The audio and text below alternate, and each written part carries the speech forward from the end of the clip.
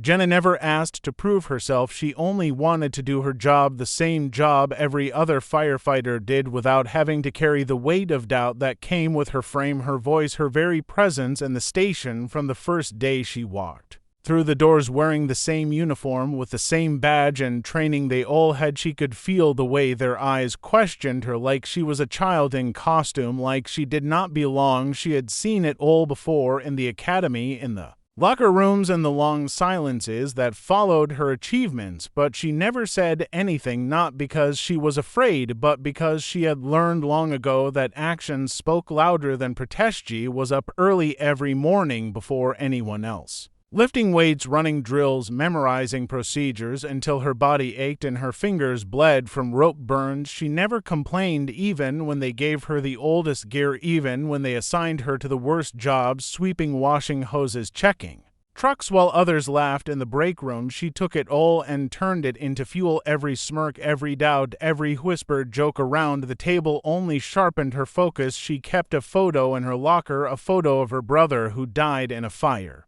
3 years before. The reason she chose this path, the reason she pushed through every wall they built in front of her. Chief never said much, but he watched. She knew he did. He saw how she volunteered for every night shift, how she asked for extra training, how she never once backed away from heat or danger. But he also knew the others would not follow her, not yet, not unless something changed, and so he waited, just like she did, waited for the day her silence would speak louder than any word.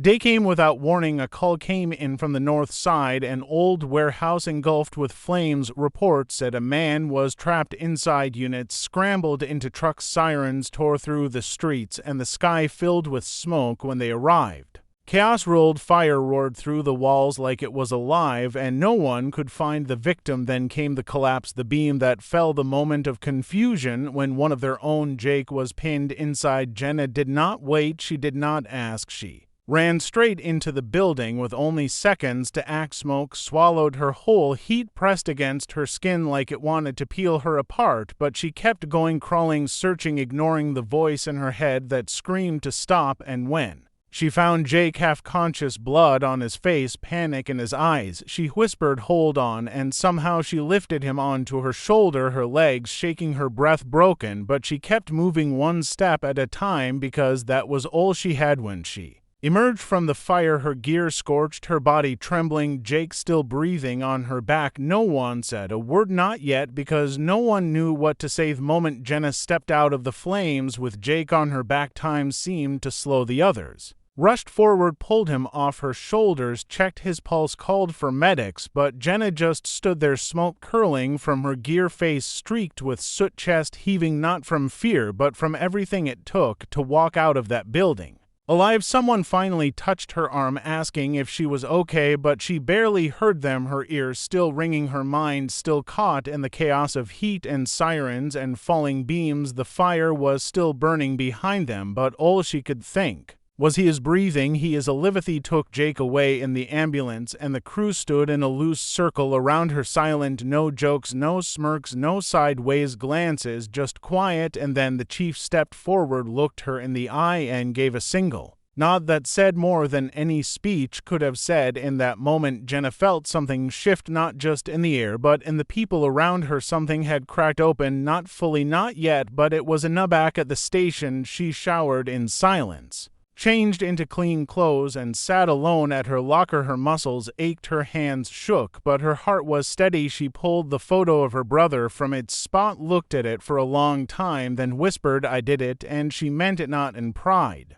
but in promise, because everything she had done, every step, every lift, every drill had led to that moment, and she had not failed. Over the next few days, things changed slowly. Jake stayed in the hospital recovering from a concussion and cracked ribs, and he asked to see her. When she walked into his room, he smiled weakly and said, "I owe you my life." She shrugged and told him he would have done the same, and maybe he would have, but they both knew that not everyone could have carried him out, not with that kind of fire, not with that kind of weight, and she did not need him to say it, because the look in his eyes said it all. Word spread fast in the department. People she barely knew started nodding when she passed, guys who never spoke to her started asking her advice on equipment or drills, and for the first time her locker was no longer the last to be checked during gear inspections. Someone even fixed the broken hook that had hung loose for months without her asking, and small as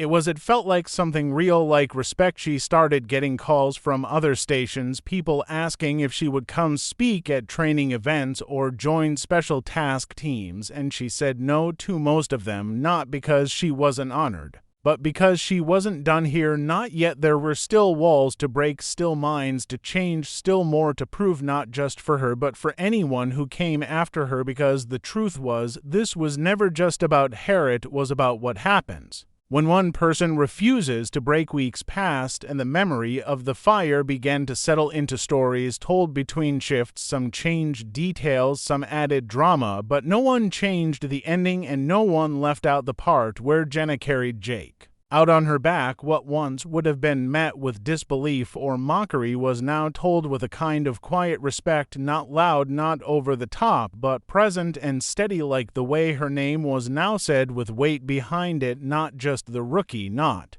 just the girl, but Jenna, the firefighter, the one who ran into the fire when others hesitated. Jake returned to the station slower than before, but with fire still in his eyes. He pulled her aside on his first day back, said nothing for a moment, then handed her a small metal coin, a challenge coin from his first rescue years ago, and said, "This saved me once, now it belongs to you." She held it in her hand, feeling the grooves, the weight, the meaning, and nodded once, sliding it into her pocket without a word, because some moments do not need dialogue. Training drills became different after that. They started pairing her with newer recruits, asked her to run exercises, gave her roles that had once been reserved for more senior crew members, and though no one said it out loud, they all knew it was earned, not given, and it showed every time she spoke. The room quieted every time she demonstrated a lift or a rescue knot. The others watched closely, some even took notes, and slowly the weight she had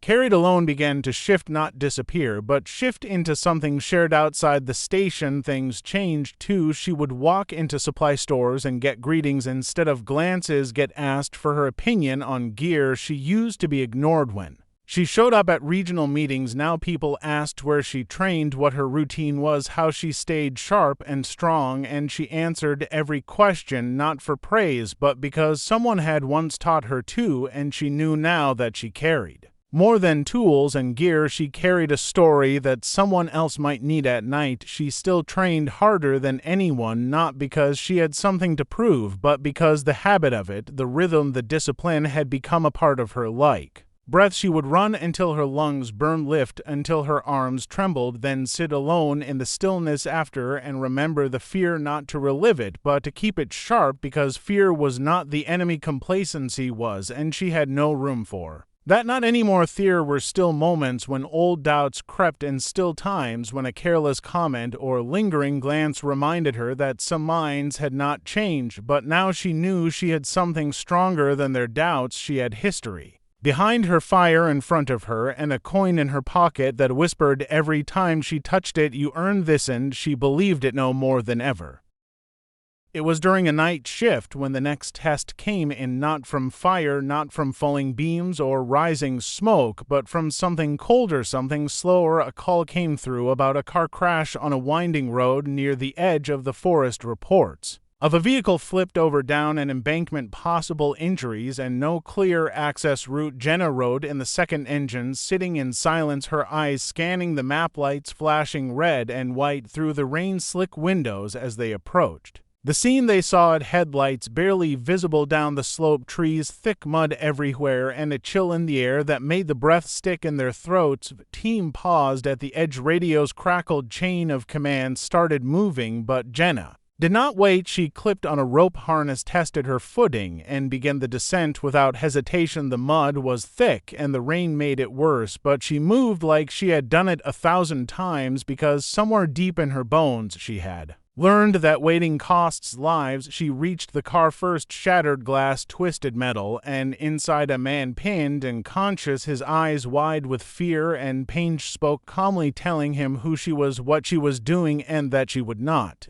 Leave him, he nodded, barely able to speak. Blood trickled from a wound on his forehead, his leg trapped under the crushed dashboard. She radioed up for cutters, braces, and backup, and while they prepared, she stayed with him, her hand resting on his shoulder, steadying him with her presence as much as with her words. When the tools came down, she guided the operation with precision, every cut, every move deliberate and sharp, and when the metal gave way, she helped lift him out, securing him to a board, wrapping him in blankets, shielding him from the cold with her own jacket. Medics took over, and she climbed back up last, her uniform soaked in rain and mud, her muscles aching, but her grip never faltering. When she reached the top, the crew looked at her with something different in their eyes, not just respect, but trust, the kind of trust that does not come from one rescue or one moment, but from consistency, from showing up again and again, from being the one who steps forward. While others paused back at the station, she cleaned her gear in silence, as always, her hands steady, her mind already reviewing the night. Step by step she logged the incident, filled out reports, and only when she was alone again did she take out the coin from her pocket, the one Jake had given her, and run her thumb across its edge, not as a ritual, but as a reminder that the job was never about glory, it was about being there when it counted, and she had been there again without waiting for permission with it. Needing to be a skedbackhouse, she knew what it meant to be the one who could not afford to hesitate. Recognition came quietly, at first a small note left on her locker by someone who had never spoken more than 2 words to her. It read, "We trust you." Now, and though it was unsigned, she knew exactly who had written it, because sometimes silence speaks louder than any applause. From that day on, she felt the shift, not in big speeches or grand gestures, but in the way people stood beside her in drills, in the way she was consulted during decisions, in the way no one hesitated when she gave a command during live calls. The walls that had once closed around her were no longer there, replaced by something more solid, more human. Then came the award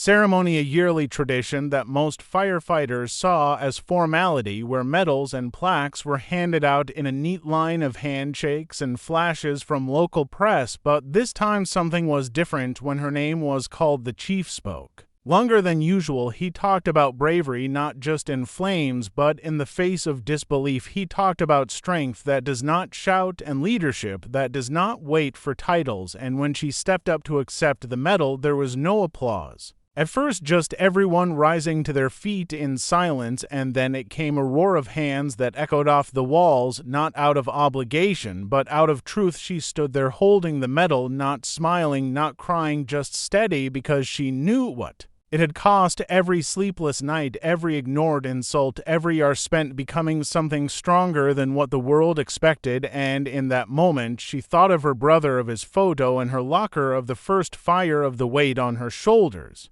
both the man and the meaning, and she understood that this was not the end of anything. It was just one more mile on a path she had chosen long ago. After the ceremony, a young recruit approached her, someone new to the station, nervous, awkward, holding a notebook in both hands, and asked if she could train with him, if she could show him what kept her going when it got hard. And Jenna nodded quietly, told him to meet her at sunrise, and from then on he never missed a session, and slowly more began to join her. Early mornings became full again, not with doubt, but with grit, with sweat, with progress. She started speaking at regional academies, sharing her story, not the fire, not the medals, but the long days, the small victories, the quiet battles that no one sees, because those are the parts that break people, and those are the parts that build them too. She told them strength is not loud, and courage is not fearless, and belonging does not come from being accepted, but from refusing to quit until no one can ignore you anymore. And every time she left a room, she knew someone out there would carry what she said forward, maybe in silence, maybe in strength, just like she once had. Years passed, and the firehouse changed. Some old faces moved on, new ones arrived, but Jenna remained steady like the foundation beneath it all, not because she stayed in the same place, but because she became something more than just a firefighter. She became a symbol, not one born of speeches or recognition, but one forged in effort, in repetition, in moments no one else saw. She still arrived early, still ran drills in the dark, still trained harder than anyone else, not to prove she belonged, but because this was who she had become, a woman shaped by the Very doubts that tried to crush her, a leader who never asked to lead, but did so by showing up again and again without asking for praise. One morning, she stood outside the station, watching the sunrise cast light across the pavement, sipping coffee from the same dented metal mug she had always used when a young recruit stepped out to join her. Nervous and uncertain and full of quiet questions, he asked her how she stayed strong, how she kept going when things got heavy, and she told him something her brother had once told her before he died: you carry what you can and you trust that it matters. And the recruit nodded, maybe not understanding fully, but hearing the weight in her voice, and that was enough. Her photo was eventually added to the Wall of Honor, framed in black with gold lettering underneath, not just for the fire, not just for the medal, but for the years of service. The lives changed, the culture shifted, and though she never asked for it, when she stood beneath it months later, alone after hours, she felt the tears come for the first time in a long time, not from sadness or pain, but from release, because it had all been worth it. Every hard day, every bruise, every step taken when no one thought she could begin mentoring. More often, not just at her own station, but across the region, taking calls from departments asking her to speak to their teams to help rebuild their trust, their focus, their resilience. And she always said yes, not because she liked the attention, but because she knew what it felt like to be alone in a crowd, to carry weight no one could see, to push through every day with nothing but resolve and the belief that one day things would be different. And now they were on the anniversary of her first fire, the one that changed everything. Jake visited the station with his kids in tow. They ran up to Jenna, laughing, tugging at her sleeves, and asking if she really carried their dad out of a burning building. And she smiled, knelt down, and said, "I did, and I would do it again." And Jake just looked at her with that same quiet gratitude that had never faded and said, "You saved more than my life that day." And she nodded because she knew fire never stopped coming, but neither did she. That was her legacy, not that she survived, but that she endured and kept walking through the flames long after others would have stopped.